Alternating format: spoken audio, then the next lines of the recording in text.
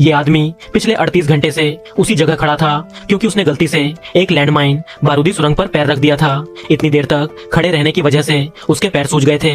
अगर कोई उसे बचाने नहीं आता तो लैंडमाइन फटने से पहले ही जैक प्यास से मर जाता। उसी वक्त दूर से रेत का तूफान सांडरस्टॉर्म उसकी तरफ आने लगा। जैक ने जल्दी से अपना स्कार्फ निकाला और उसे अपने मुंह और नाक पर बांध लिया। फिर उसने अपनी राइफल का बैरल जमीन पर टिकाया ताकि वो संतुलन बनाए रख सके। कुछ ही सेकंड में रेत का तूफान उसे चारों तरफ से घेर चुका था। जैक ने खुद को संभालने की बहुत कोशिश की। खुशकिस्मती से तूफान जल्दी थम गया और वो बच गया।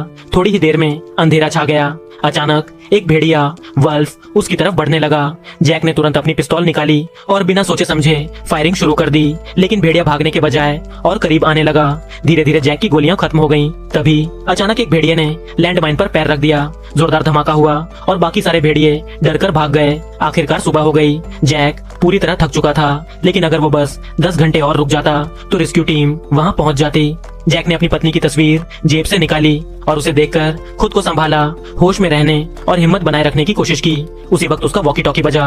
रेस्क्यू टीम अब रेगिस्तान तक पहुंच चुकी थी, लेकिन रेगिस्तान बहुत बड़ा था और हर जगह लैंडमाइंस बिछी हुई थी।